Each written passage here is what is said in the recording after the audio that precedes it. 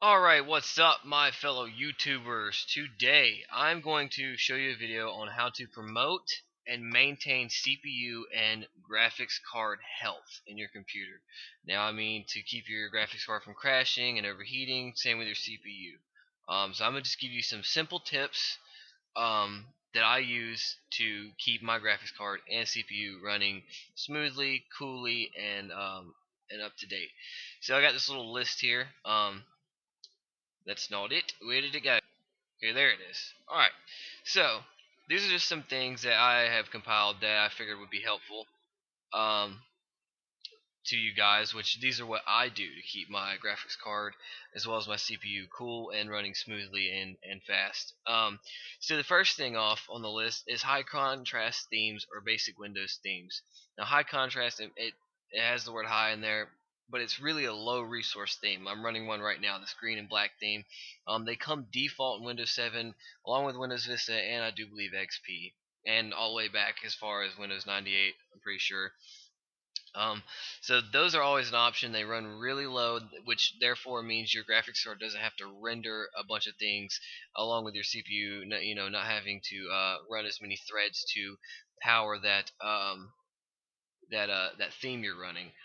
Basic Windows themes are good too, like Arrow. Arrow's a sort of low resource, along with the Windows Basic and Windows 98 themes. Those are always good to run to keep your computer CPU and graphics card not exerting so much energy. And then if you say you did have a theme that took a lot of CPU rendering, or excuse me, graphics card rendering and CPU behind it, and then you played a high-end game on top of that, that's just putting that much more stress on your CPU. So therefore that could easily cause some problems, cause a crash, cause your CPU and graphics card to bottleneck.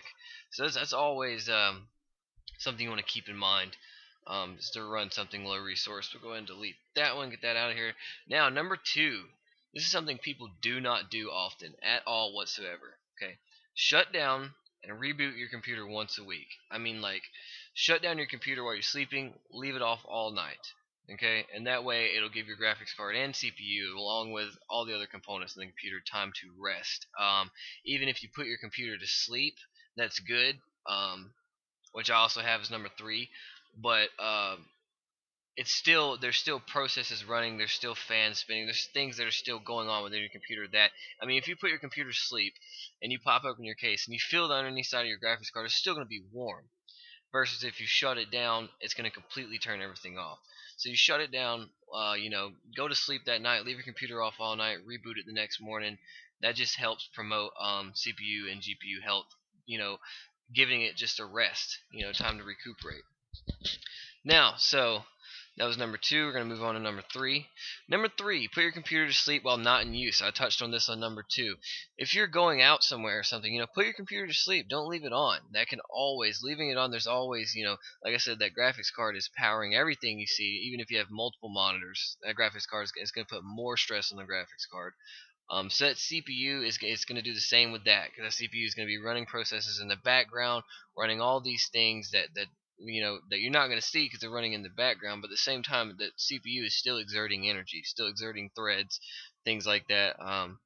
Same with the graphics card; it's still powering that theme that you got on, even if your computer's not doing anything, just sitting there idle. If you're not using it, if you go out to the store during the day and you're gone for several hours, put your computer to sleep. Even shut it down if you want to. That always lets your CPU, and GPU rest and get recuperated. Okay, to number four. Now this one, I mean, it's kind of common sense.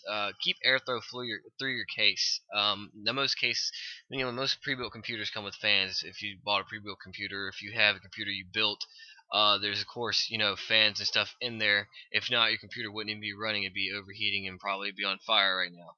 So keeping keeping airflow through the case is good.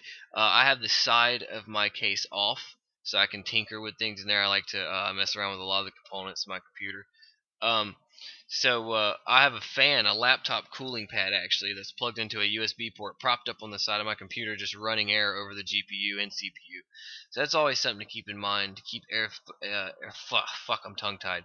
Keep airflow through that case, and that will definitely help keep your CPU and graphics card cool and promote better health for both of them. All right, number 5 is something people never do, and that I always have to do for people when I do computer repairs. Dust the inside of your computer. I cannot tell you how many times I've opened up a computer and there's just a mountain of freaking dust all over everything. The CPU, the graphics card. I mean, I'm like, holy shit! Like, that's the number one killer of computers, because that dust will get in that fan, and that fan will clog up, not produce as much airflow, even stop spinning in some instances, and then your CPU is overheating, crashing along with your graphics card, and the system's done. So this is probably one of the most important things. Pop off the side of the case. I'm sure there's a screw somewhere you can do it.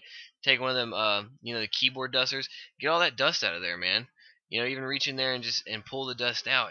That will really help to keep your computer clean and not dying.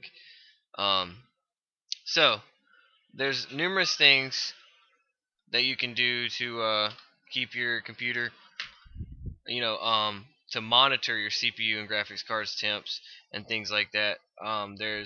These are 6 things that I use to do to monitor my graphics card temperature along with my CPU temperature. There's the CPU usage meter, which these are things you can find usually in like the gadgets thing, the sidebar. If you have Windows 7, they took this out of Windows 8, but you can download it. Um, so as you can see, I'm gonna drag this over here. I have my CPU usage meter right here. This tells me exactly how much percentage my cores are exerting along with my RAM. So that's one useful tool to use right there. And if you have Windows 7, that's free. You can just right click and go to gadgets and pull that right up and throw it right on your desktop. So that's a really simple one.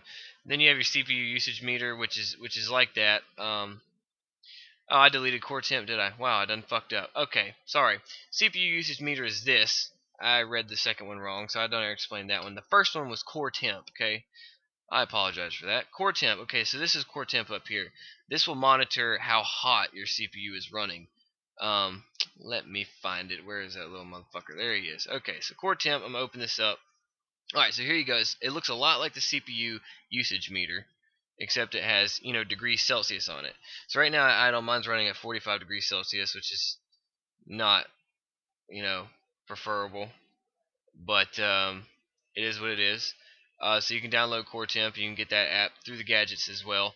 And that's very easy to use and to look up and see, especially if you're playing a game. You look up and see your CPU temps way high. To bump the settings down something. It just lets you keep track with things.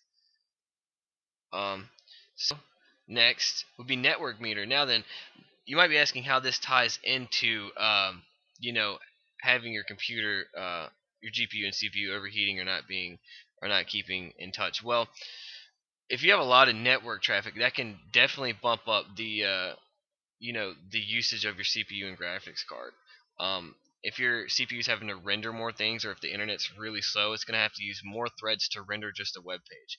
So generally, I mean, I'm not telling you not to go on the internet if you have a lot of network traffic or if the internet's real slow, but generally you want to keep an eye on that, just because of the fact that if there's a lot of spikes in that network meter, then more than likely your CPU is going to have to render a lot of things, which is going to in turn stress it. So that's one way to keep up with it. Okay, uptime. Now this is how I make sure I shut down my computer once a week. I have this uptime right here. It says I just shut it down the other day. It's been up 0 days, 1 hour, 28 minutes, 38 seconds, and counting. Pretty much like once it's 0 days, where it says days has a 7 next to it, shut your computer down. Leave it off for the night and reboot it the next morning. That's a good way to keep everything cool and relaxed and give your components in there a break. I've already touched on that earlier. Next is the MSI Afterburner. Now this is something I've made a video about before. This is specifically for your GPU, your graphics card. So what this does is, it'll tell you your temps. As you can see, mine's not running very hot at all right now because of the fact that I'm not doing anything. You can also use this to overclock, check your fan speeds, all this other cool stuff. So this is a very useful program. It is free. Go ahead and give it a download if you want. You can just Google search it.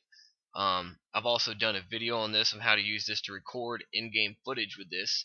So this is a very cool program. But keep that in mind. That can also help you to keep track of what's going on with your CPU and GPU. But yeah, that's pretty much it for this video, guys. I hope you enjoyed, and I hope this was helpful. These are the things that I do to keep my CPU and everything running and in check and okay. But if you liked the video and this was helpful, rate, comment, subscribe, and I will see you next time. Later.